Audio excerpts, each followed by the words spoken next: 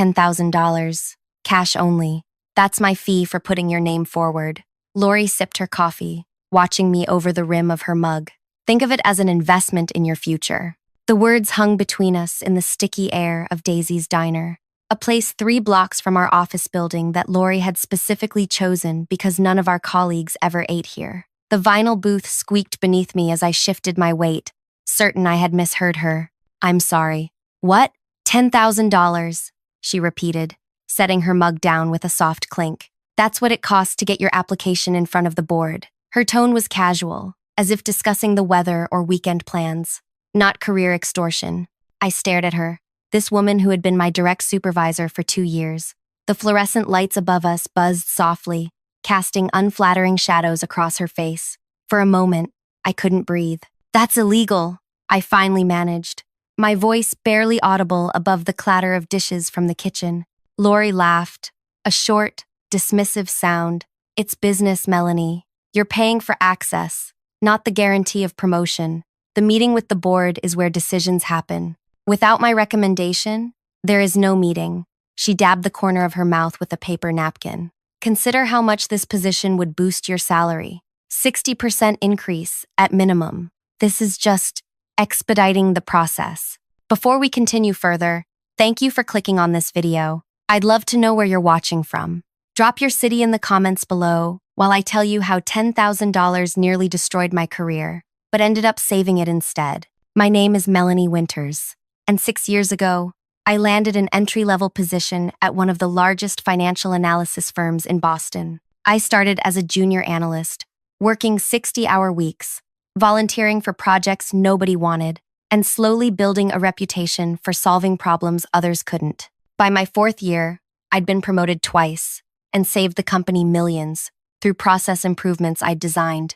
When Pascal, our department head, announced his retirement, everyone, including me, assumed I'd be next in line. My performance reviews were stellar. Clients requested me specifically for their accounts. I had trained half the department on systems I helped develop. There was just one obstacle: Lori Barrett. Lori became my supervisor after a company restructuring 2 years ago.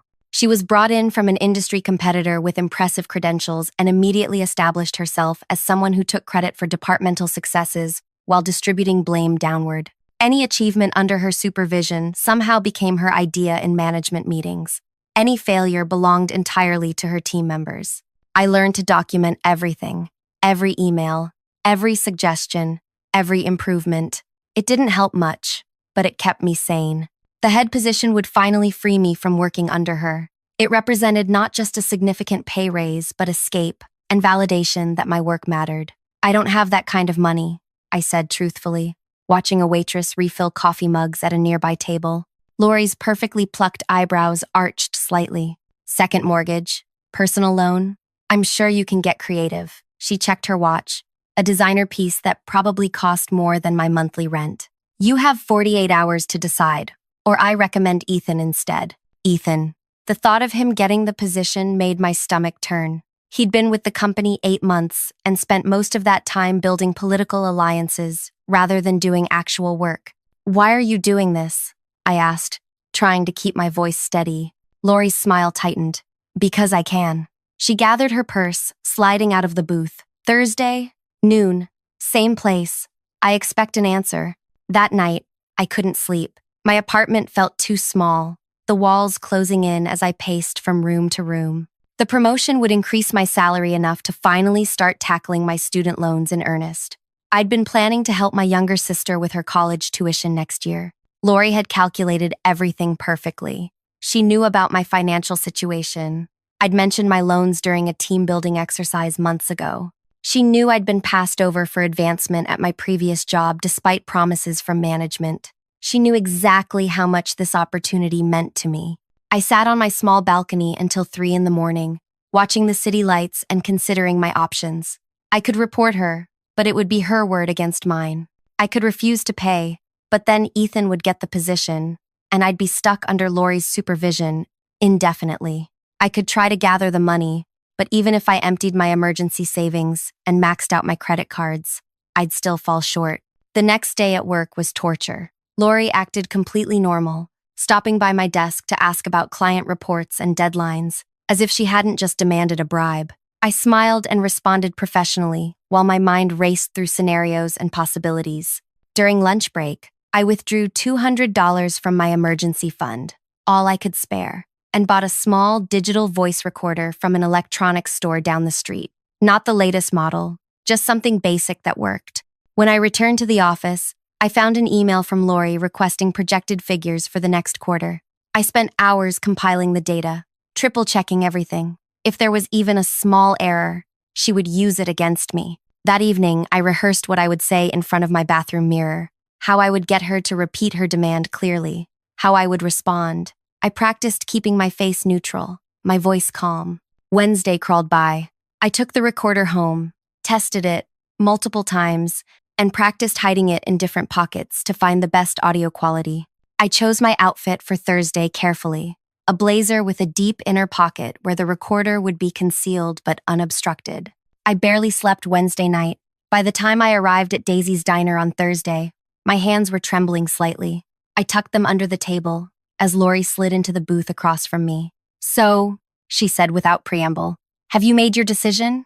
I needed more from her, more explicit statements, more evidence. "I need more time to get the money together," I said, watching her reaction carefully. Lori's mouth tightened. "Time isn't something I can give you. The board meets next week. Can you at least confirm exactly what I'm paying for?" I asked, heart pounding so loudly I worried she might hear it. She leaned forward, lowering her voice. "You're paying for my endorsement to the selection committee. 10,000 guarantees your application reaches the board. Nothing more. And if I refuse?" Her smile was thin and predatory. "Then you'll remain exactly where you are, under my supervision, forever." I nodded slowly, pretending to consider my options. "I'll have your money tomorrow." Relief flickered across her face. She thought she'd won. Smart choice. Cash only, like I said. Small bills. Meet me here. Same time. As she left, confident in her victory, something hardened inside me. I wouldn't be bringing her money tomorrow. I had something else planned entirely. Instead of gathering cash that evening, I made a single phone call to the company's ethics hotline. Anonymous. Detailed. With a timestamp of when they could expect evidence to arrive via email. Then I went home, connected the recorder to my laptop, and listened to our conversation. Her demands were clear, explicit, undeniable. I sent the audio file through a temporary email address to the ethics department with a simple message.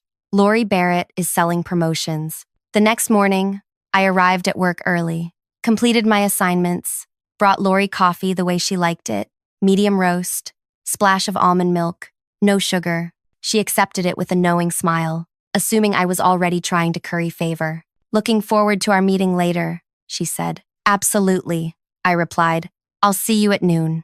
I never showed up at Daisy's that day. Instead, I sat at my desk, methodically working through financial models while my future hung in the balance. At 12:15, my phone buzzed with a text from Lori. "Where are you?" I didn't reply.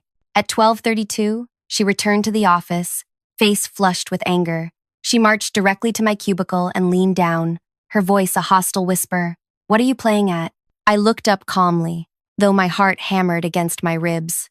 "I had a client call that couldn't wait. I sent you an email." "I didn't receive any email," she snapped. "That's strange. I'll forward it again." I turned back to my computer, dismissing her. It was a small act of defiance, but it felt enormous. Lori hovered for a moment, then stalked away to her office, closing the door with controlled precision. Through the glass walls, I watched her pick up her phone, typing furiously. Moments later, my phone buzzed again. "Today, 5 p.m., my office. Don't disappoint me again." During the next few hours, I acted completely normal, completed projects, responded to emails, even helped Ethan troubleshoot an analysis that had gone sideways.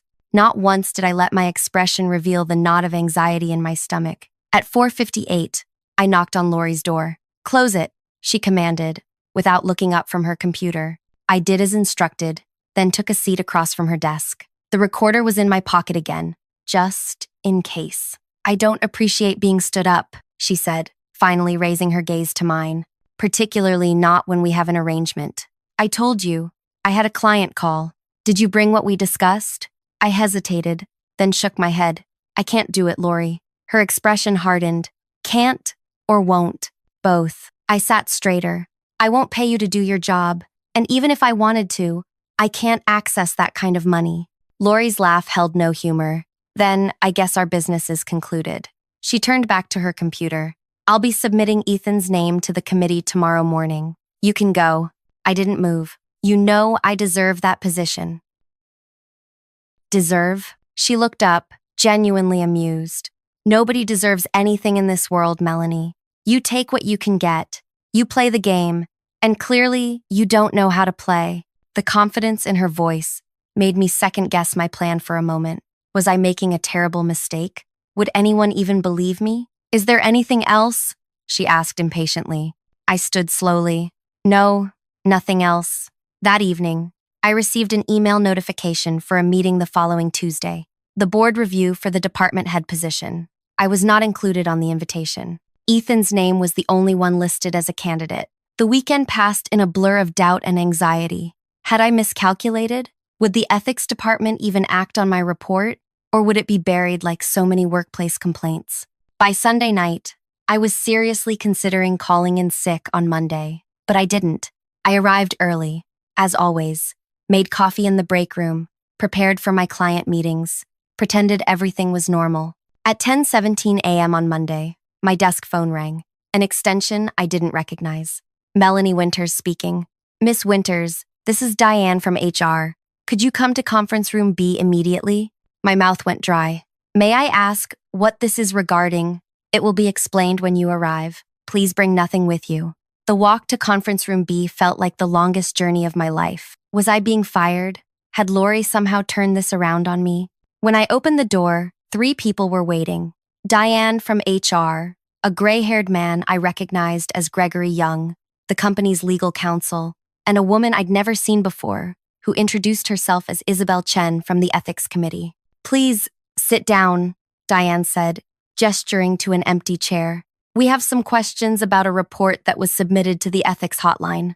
For the next hour, they asked me detailed questions about my interactions with Lori. They listened to the recording twice. They took extensive notes. Not once did they indicate whether they believed me or what actions might follow. What happens now? I asked when they seemed finished. Gregory exchanged glances with Isabel. We're still investigating. In the meantime, please continue with your normal duties, and don't discuss this matter with anyone. Including Lori? Especially Lori, Isabel emphasized. Act as you normally would. I returned to my desk feeling both relieved and more anxious than before. Lori was in a client meeting, so I didn't have to face her immediately. When she eventually returned, she barely acknowledged me. The next day, Tuesday, the board was scheduled to meet at 1:30 p.m. to review candidates for the department head position. By 1:15, Ethan was pacing nervously by the elevators, straightening his tie repeatedly. Lori emerged from her office looking polished and confident. She said something quietly to Ethan that made him nod vigorously. I pretended to focus on my computer screen, but watched from the corner of my eye as they boarded the elevator together. The doors closed, and I exhaled slowly. At 2:17 p.m., the elevator doors opened. 2 security personnel and Diane from HR walked directly to Lori's office. Through the glass walls, I watched as they waited. 10 minutes later, Lori returned alone. I couldn't hear their conversation, but I could see Lori's expression shift from confusion to disbelief to barely controlled anger. She shook her head repeatedly, pointed toward my desk once. Diane remained impassive, simply handing Lori a document which she refused to take. One security guard stepped forward, saying something that made Lori stiffen. She finally accepted the document, collected her purse from her desk drawer, and allowed herself to be escorted toward the elevator. As she passed my cubicle, our eyes met briefly. The hatred in her gaze could have burned through steel. 15 minutes later, Julian Reed, the company chairman, appeared from the executive elevator. He walked briskly through our department, nodding politely at startled employees, and proceeded directly to the conference room where the board was still meeting. The rest of the afternoon passed in a haze of hushed speculation. Ethan returned, looking shell-shocked, refusing to answer any questions. By 5 p.m., rumors had spread throughout the building, each version more dramatic than the last. I stayed late, finishing a client presentation, when Diane from HR appeared at my desk. "The chairman would like to see you," she said quietly. "Now, if possible." The executive floor was intimidating. All glass, steel, and success. I'd only been there twice before, both times to present findings to senior management, never to meet one-on-one with the chairman. Julian Reed's office was large but not ostentatious. He stood as I entered, extending his hand. "Miss Winters, thank you for staying late. Please, have a seat." I perched on the edge of a visitor's chair, hands folded in my lap to keep them from trembling. "I'll be direct," he said, sitting across from me. "We've reviewed the evidence you provided regarding Miss Barrett. Combined with other accounts that have since come forward, the situation is disturbing." I remained silent, unsure what response was expected. "You've been with us 6 years," he continued, glancing at what appeared to be my personnel file. "Your performance has been exemplary. Several clients have specifically requested you by name." He looked up. "Why didn't you come forward sooner about Miss Barrett's management practices?"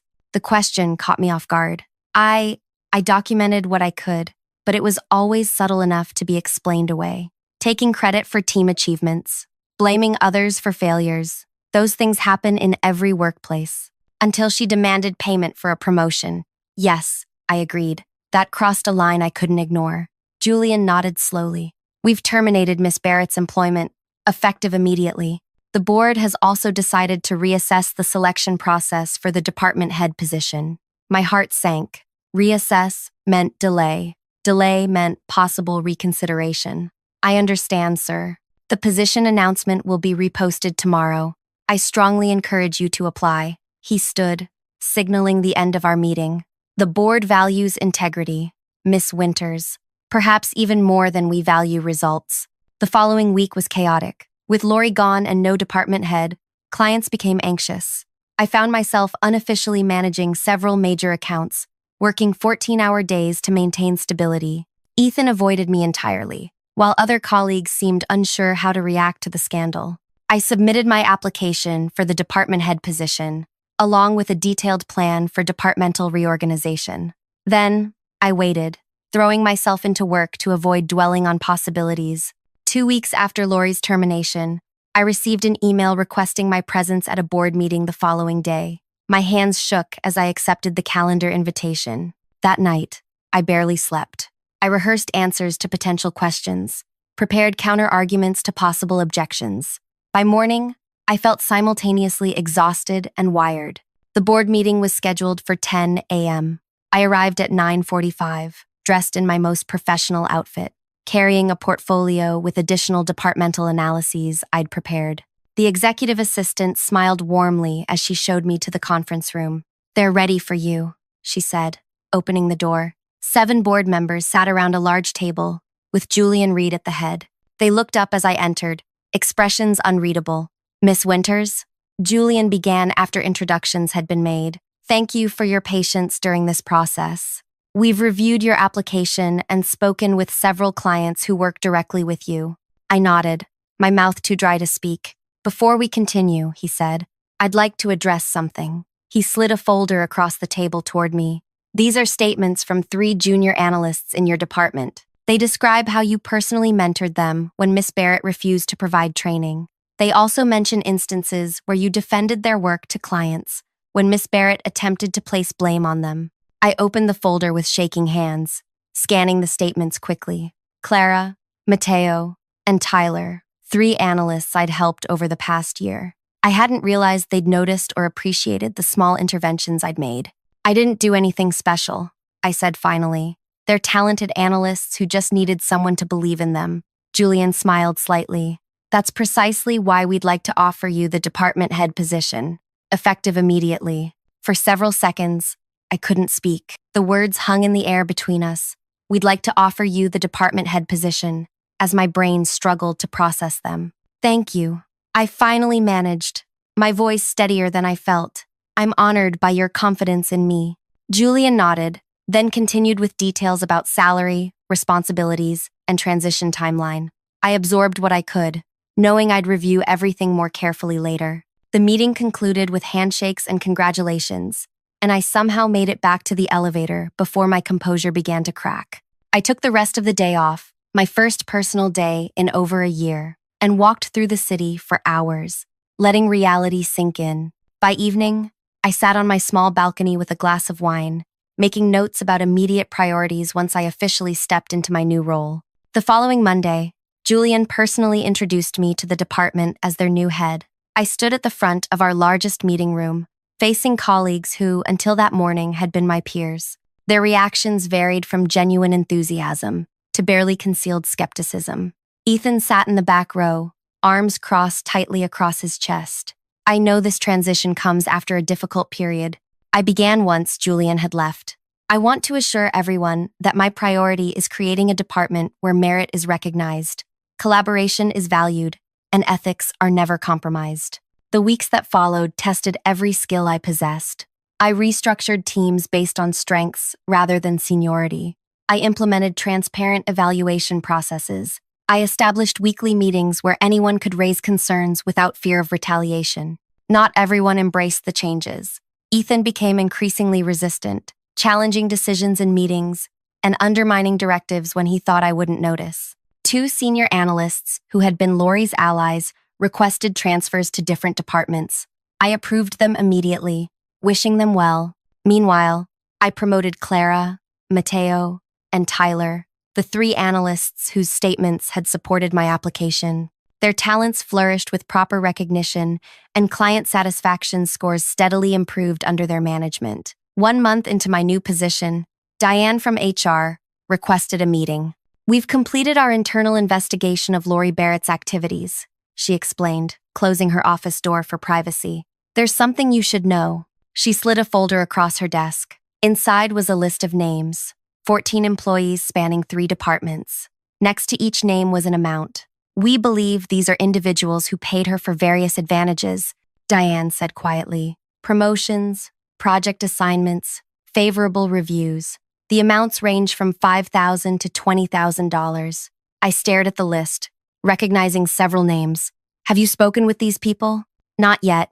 Legal is still determining the best approach. Some may have felt coerced, as you were. Others may have been willing participants." I thought of the crushing weight I'd felt sitting across from Lori at Daisy's diner. How trapped I'd felt. How alone. "I'd like to be involved in those conversations," I said finally. "At least for the people in my department." Diane hesitated. "That's not standard protocol. I understand, but this isn't a standard situation." After consulting with legal, a compromise was reached. I wouldn't participate in the initial interviews, but affected employees from my department would be offered support afterward, including the option to speak with me confidentially. Over the next 2 weeks, 7 people from the list were called to HR. 5 returned to their desks, looking shell-shocked. 2 never returned at all. Trevor, a talented analyst who joined around the same time I had, knocked on my office door late one evening after his interview. "Do you have a minute?" he asked, voice rough with emotion. I invited him in, closing the door for privacy.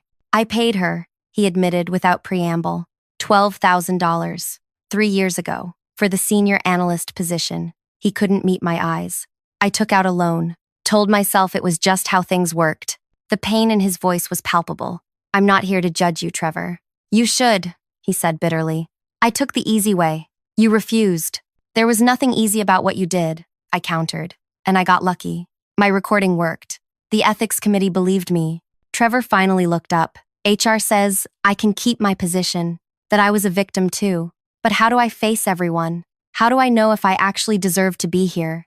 This question, from this man whose technical skills I'd always respected, struck me deeply. How many talented people walked around carrying similar doubts, wondering if they belonged? "Your work speaks for itself," I told him. "I've seen your analyses, your client relationships. Nobody paid Lori to give you those skills." In the months that followed, our department slowly healed. We implemented anonymous upward feedback channels. We created mentorship programs, pairing junior and senior analysts. We established clear criteria for advancement. The company's legal team worked with affected employees to recover money from Lori where possible. Some received partial reimbursements. Others chose to move forward without pursuing recovery, preferring to leave the entire situation behind. I heard nothing about Lori until nearly 8 months after her dismissal, when I received a LinkedIn notification that she had started a new position at a competing firm. My stomach dropped as I read the title, Director of Talent Development. That evening, I sat in my apartment, staring at her profile page, filled with congratulatory comments from new colleagues who had no idea what kind of person they'd just welcomed into their organization. The right thing, the ethical thing, would be to let it go. She'd lost her job. Her reputation at our company was destroyed. Justice, in some form, had been served. But what about her new colleagues? What about the employees who would soon report to her, vulnerable to the same manipulation she'd perfected? I closed my laptop without taking action, but the question lingered. 2 days later, I mentioned the situation to Julian during our monthly check-in. She's at Grayson Financial now, I said casually, leading talent development. Julian's expression revealed nothing. That's unfortunate for them. Do we have any obligation to warn them? He considered the question carefully. Legally, no. Sharing details of her termination could expose us to liability. He studied me for a moment. Does it bother you that she found another position so quickly? It bothers me that she's in a role where she can harm others. After our meeting, I tried to put Lori out of my mind. I focused on department improvements, on client relationships, on mentoring my team. But each time I approved a well-earned promotion or celebrated a team member's achievement, I thought of those 14 names in that HR folder, of other potential victims at her new company. 3 weeks later, I received an unusual email from a former client who had moved to Grayson Financial 6 months earlier. She wanted to meet for coffee, off-site, after hours. We met at a small cafe far from both our offices. Rachel looked nervous, glancing around repeatedly as we settled at a corner table. I needed to ask you something, she began after ordering. The new director of talent development at Grayson, Lori Barrett. She worked at your firm, right? I nodded, keeping my expression neutral. Rachel leaned forward, lowering her voice.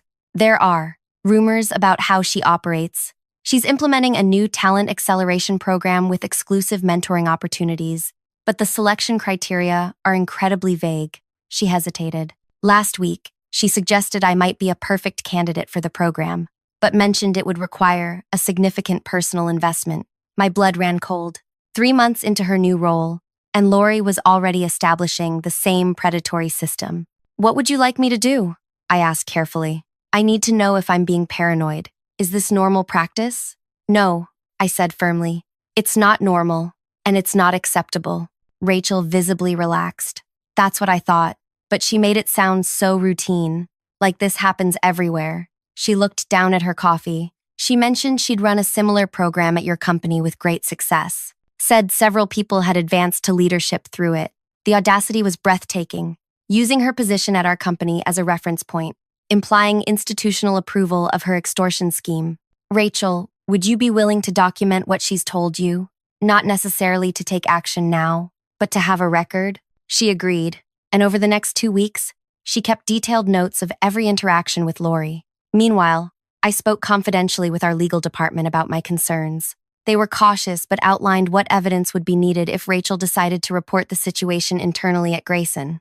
I never suggested or encouraged Rachel to record conversations. That decision was entirely hers. But when she forwarded me an audio file 3 weeks later, I wasn't entirely surprised. Lori's voice was unmistakable. 15,000 guarantees your placement in the executive track. Consider it an investment in your future. Small price to pay for advancement. Really. The same phrases, the same predatory confidence, the same scheme. What happened next wasn't revenge, not in the way I'd once fantasized about when lying awake after our confrontation at Daisy's diner. It was something quieter, more methodical, more complete. Rachel reported Lori to Grayson's compliance department, providing her documentation and recordings. I connected Rachel with our company's legal team, who shared, with careful legal parameters, information about the pattern of behavior that had led to Lori's termination. Grayson Financial launched an internal investigation. Within 3 weeks, they uncovered 5 employees who had already paid Lori for career acceleration. 2 others reported being approached but declining. Lori was terminated immediately. This time, the company pressed charges for fraud and extortion. The district attorney presented with evidence from 2 separate companies showing an established pattern, pursued the case aggressively. I testified at her trial 6 months later, describing in detail the system she had created and how she had attempted to transplant it to her new employer. Other victims from both companies shared similar stories. Lori was convicted on multiple counts. The judge, noting the calculated nature of her actions and the abuse of professional trust, sentenced her to 4 years in prison and full restitution to all identified victims. But the most significant consequence wasn't the criminal penalty. It was the industry-wide conversation her case sparked about ethical leadership and power dynamics in corporate settings. 3 major financial firms implemented anonymous ethics reporting systems modeled after the one that had protected me. 2 industry publications ran feature articles on detecting and preventing similar schemes. The 14 names on that HR list, they all eventually came forward, freed from shame by the public exposure of Lori's methods. Most continued their careers, their confidence slowly rebuilding with proper support and recognition. As for me, I still run my department with transparency and integrity. I've implemented quarterly ethics refreshers and created clear, documented promotion paths so nobody ever feels their advancement depends on one person's whim. Sometimes I think about that day at Daisy's Diner, how close I came to either paying that bribe or walking away from my career. How a small decision to stand up for myself rippled outward, protecting dozens of others. The $10,000 I refused to pay, it became the first donation to a scholarship fund our company established for employees pursuing ethics certification in business leadership. Thank you for staying with me through this story. If it resonated with you, please like this video and subscribe to hear more real experiences that might help you navigate your own workplace challenges. Have you ever faced an ethical dilemma at work? Share your experience in the comments. Your story might help someone else find the courage to stand up for what's right, even when it feels impossible.